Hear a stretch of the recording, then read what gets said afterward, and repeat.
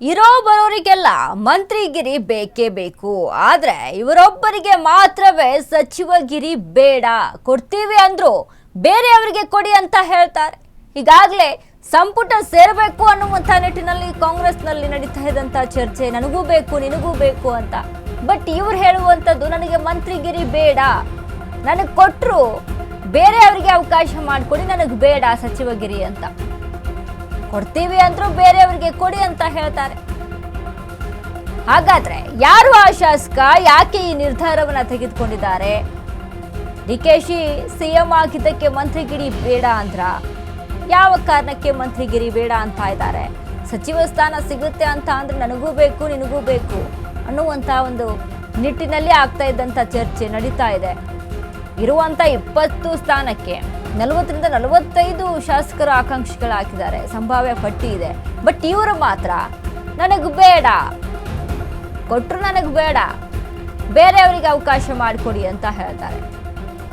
ಯಾಕೆ? ಅಧಿಕಾರ ಬೇಡ ಅನ್ನುವಂಥವ್ರು ರಾಜಕೀಯವಾಗಿ ಅಷ್ಟು ಈಸಿಯಾಗಿ ಯಾರು ಕೂಡ ಅಧಿಕಾರ ಸಿಗುತ್ತೆ ಅಂತ ಅಂದರೆ ಬೇಡ ಹೇಳೋದಕ್ಕಾಗಲ್ಲ. ಹಾಗಾಗಿ ಯಾರು ಅಧಿಕಾರ ಬೇಡ ಅಂದ್ರು, ಸಚಿವ ಸ್ಥಾನ ಯಾರು ಬೇಡ ಅಂದ್ರು ನಡೀತಾ ಇರುವಂಥ ಚರ್ಚೆ.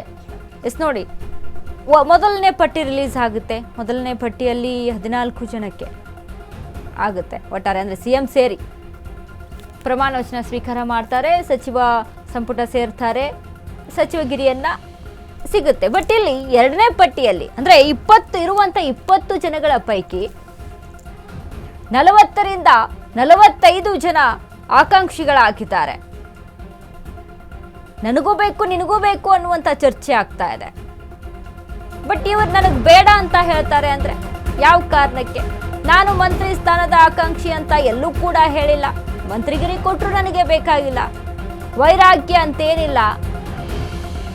ಮಂತ್ರಿಮಂಡಲ ವಿಸ್ತರಣೆ ಬಗ್ಗೆ ಶಾಸಕ KN ರಾಜಣ್ಣ ಹೇಳಿಕೆ ಇದು. 2 ವರ್ಷ ಕಾಲ ಮಂತ್ರಿಯಾಗಿ ಪ್ರಾಮಾಣಿಕವಾಗಿ ಕೆಲಸ ಮಾಡಿದ್ದೀನಿ, ಎಷ್ಟು ಬಾರಿ ಮಂತ್ರಿ ಆದ್ರೂ ಮಾಜಿ ಮಂತ್ರಿ ಹೆಸರು ಹೋಗಲ್ಲ. ತ್ಯಾಗ ಮಾಡೋಕೆ ಸಚಿವ ಸ್ಥಾನ ಏನು ಮಕ್ಕಳ ಮನೆ ಆಸ್ತಿ ಅಲ್ಲ. ಜನ ಕೊಡೋ ಅಧಿಕಾರದಿಂದ ಶಾಸಕನಾಗಿ ಮಂತ್ರಿಯಾಗಿದ್ದೇನೆ, ಅದಕ್ಕೆ ಬೇರೆಯವರಿಗೂ ಮಂತ್ರಿಗಿರಿ ಕೊಡ್ಲಿ ಅಂತ KN ರಾಜಣ್ಣ ಹೇಳ್ತಾ ಇದ್ದಾರೆ. ರಾಜಕೀಯವಾಗಿ ಎಲ್ಲರೂ ಕೂಡ ಹಿಂಗಾಗ್ಬಿಟ್ರೆ ಯಾವುದೇ ಜಗಳಗಳು ಇರೋದಿಲ್ಲ, ಯಾವುದೇ ಕದನಗಳು ಇರೋದಿಲ್ಲ. ಯಾಕಂದ್ರೆ ಆ ಒಂದು ನಿಟ್ಟಿನಲ್ಲಿ ಈಗ ನಡೀತಾ ಇದ್ದಂಥ ಚರ್ಚೆ ನೋಡಿ, ಗಮನಿಸಿದ್ವಿ. ಬೆಂಗಳೂರು ನಗರಾಭಿವೃದ್ಧಿ ಖಾತೆಯ ವಿಚಾರಕ್ಕೆ ಆದಂಥ ಜಟಾಪಟಿ, ರಾಜೀನಾಮೆ ಲೆವೆಲ್ಗೂ ಕೂಡ ಹೋಗಿ ರಾಜೀನಾಮೆ ಕೂಡ ಆಗಿ ಇನ್ನು ಡಿವೈಡ್ ಆಗುತ್ತೆ ಅನ್ನುವಂಥ ನಿಟ್ಟಿನಲ್ಲಿ ಅಲ್ಲಿ ಆದಂಥ ಚರ್ಚೆ. ಬಟ್ KN ರಾಜಣ್ಣ ಹೇಳ್ತಾರೆ, ಎಷ್ಟು ಸತಿ ಮಂತ್ರಿ ಆದರೆ ಏನು, ಮಾಜಿ ಮಂತ್ರಿ ಅನ್ನೋದು ಕೂಡ ಹೋಗಲ್ಲ, ಅದು ಬಿರೋದಿದ್ದೇ ಇರುತ್ತೆ. ಹಾಗಾಗಿ ಬೇರೆಯವರಿಗೆ ಅವಕಾಶ ಮಾಡಿಕೊಡ್ಲಿ ಅನ್ನುವಂಥ ನಿಟ್ಟಿನಲ್ಲಿ ಮಾತನಾಡಿರುವಂಥದ್ದು. ಯಾವ ಕಾರಣಕ್ಕೆ KN ರಾಜಣ್ಣ ಈ ಮಾತನ್ನ ಆಡಿದ್ರು?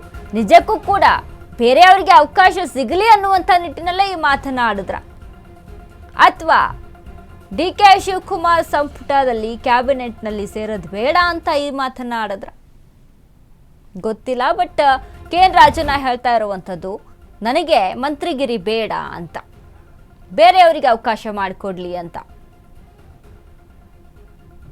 ಈ ಹಿಂದೆ ಕೂಡ KN ರಾಜಣ್ಣ ವಿಚಾರಕ್ಕೆ ಸಂಬಂಧಪಟ್ಟಂತೆ DK ಶಿವಕುಮಾರ್ CM ವಿಚಾರದಲ್ಲಿ ಏನೆಲ್ಲ ಚಟಾಪಟಿಯನ್ನು ನಡೆದಿತ್ತು, ಎಷ್ಟೆಲ್ಲ ಶತ ಪ್ರಯತ್ನವನ್ನು ಮಾಡ್ತಾ ಇದ್ರು ಅಂತ ಟೈಮ್ನಲ್ಲಿ ರಾಜಣ್ಣ ಹೋಗಿ ಭೇಟಿ ಆಗಿರುವಂಥದ್ದು, 2 ಬಾರಿ ಹೋಗಿ ಭೇಟಿ ಆಗ್ತಾರೆ.